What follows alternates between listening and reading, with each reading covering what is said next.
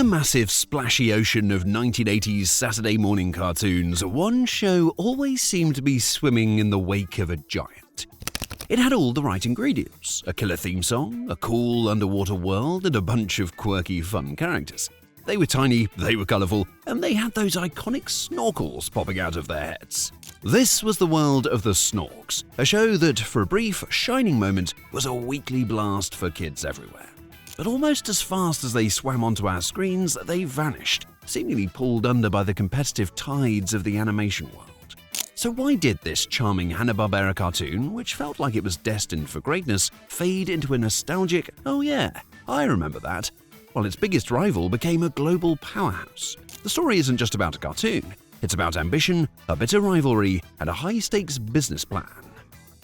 Now, if you were a kid in the 80s, you absolutely remember these little blue guys, the Smurfs. They were an unstoppable force. But do you remember their underwater cousins, the Snorks? They had comic books, a catchy theme song, and a prime spot in Hanna-Barbera's legendary cartoon lineup.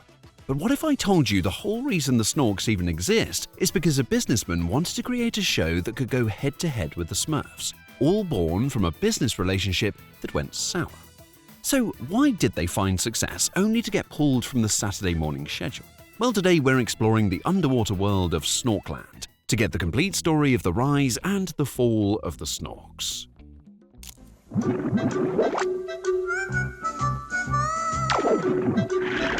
Well, there it is.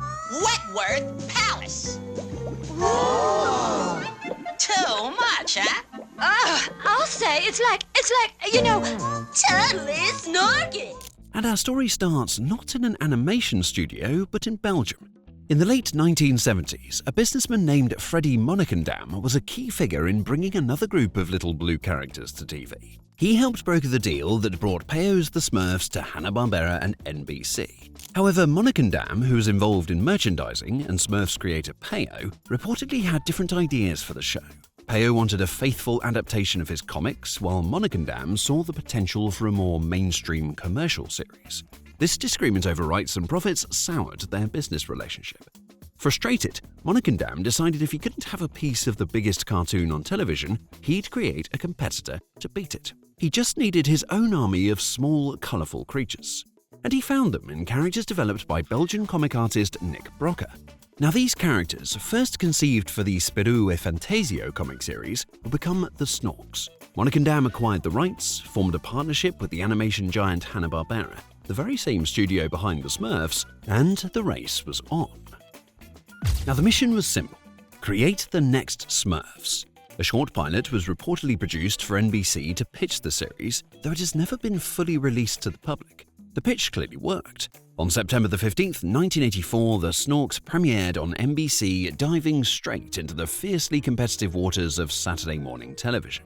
And on its debut, the Snorks definitely made a splash. The world of Snorkland was a blast of 80s neon and underwater fun. The Snorks used clams for money, and their head snorkels weren't just for breathing. They helped them zip through the water and even make music. The show's lore even explained that Snorks first met humans back in 1643, when one of them saved a drowning sea captain. This encounter supposedly led them to adopt human-like customs like wearing clothes. You better hurry up, or we'll all end up behind bars! Yikes! An angry beast! There they are! I'll say it's an angry beast. It's the governor. Come on, Jojo, let's snork for it! After them! You'll never get away. We got guards all around Snorkland.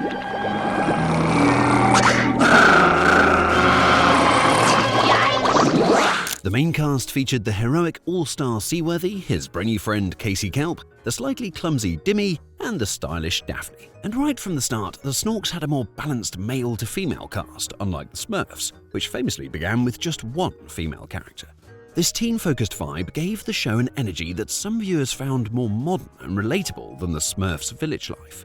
The show quickly found an audience, and for a while, it looked like Monnikendam's bet was paying off. Merchandise like lunchboxes and books hit the shelves, and the show gained fans all over the world. It ran for 4 seasons, totaling 65 episodes. But from day one, the show just couldn't escape a massive blue shadow. The charge of being a Smurfs ripoff was immediate and impossible to shake. The similarities were obvious to everyone. Both were based on Belgian comics about tiny, colourful creatures in a self-contained society. On the playgrounds of the 80s, they were often just called the underwater Smurfs. And as the series went on, you could see signs of a show trying to find its own identity. The theme song changed a couple of times. Come along with the Snorks. Swim along with the Snorks. So much to see waiting for you and me. Having some fun with the Snorks. Key characters like Dimmy, who was prominent in early seasons, were later seen less and less. And in the third season, new characters were added, like Corky of the Snork Patrol, and new villains like Bigweed and Little Seaweed showed up. These changes suggest the creators were trying to find a formula that would finally push them past their rivals, but the problem wasn't just on screen. The 80s cartoon market was brutal, and being a solid number 2 just wasn't enough. Despite its respectable run, the Snorks could never achieve the one goal it was created for: to knock the Smurfs off their throne. While the Snorks aired for 4 seasons, the Smurfs dominated Saturday mornings for 9 seasons, becoming a cultural and merchandising machine that was simply unstoppable. The moderate success of the Snorks wasn't enough to sustain the ambition that created it. The partnership between Freddie Monnickendam and Nick Brocker eventually ended, and Monnickendam's production company, SEPP, was later disbanded. The show's run ended in the spring of 1989. While it lived on for a few years in syndication on networks like Cartoon Network and Boomerang, it never got a major revival. There have been no reboots, no big-budget movies, and no new lines of toys. Unlike the Smurfs, who have been reintroduced to new generations over and over, the Snorks have mostly remained a fun relic of their time. And yet, they're far from forgotten. For a generation of 80s kids, the Snorks hold a special kind of nostalgic charm. They represent that classic second-tier cartoon, not as famous as Thundercats or Transformers, but genuinely loved by those who remember them. They were a show born from a rivalry that it ultimately lost, but in trying to compete, it carved out its own unique little corner in animation history. The story of the Snorks is a perfect snapshot of the 1980s cartoon boom. It's a tale of creative ambition running up against market reality, and a reminder that even in the whimsical world of cartoons, business is still business. The show may have been pulled under by the massive wave of Smurf mania, but for those who spent their Saturday mornings in the bubbly world of Snorkland, the memory of these little creatures will always swim on. So, what do you think? Were the Snorks just an underwater copycat, or were they a classic in their own right?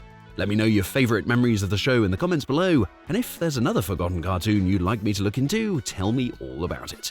Thanks for taking this trip with us into the history of the Snorks. If you enjoyed this nostalgic journey, make sure to hit that subscribe button and turn on notifications for more retrospectives on the cartoons that defined a generation.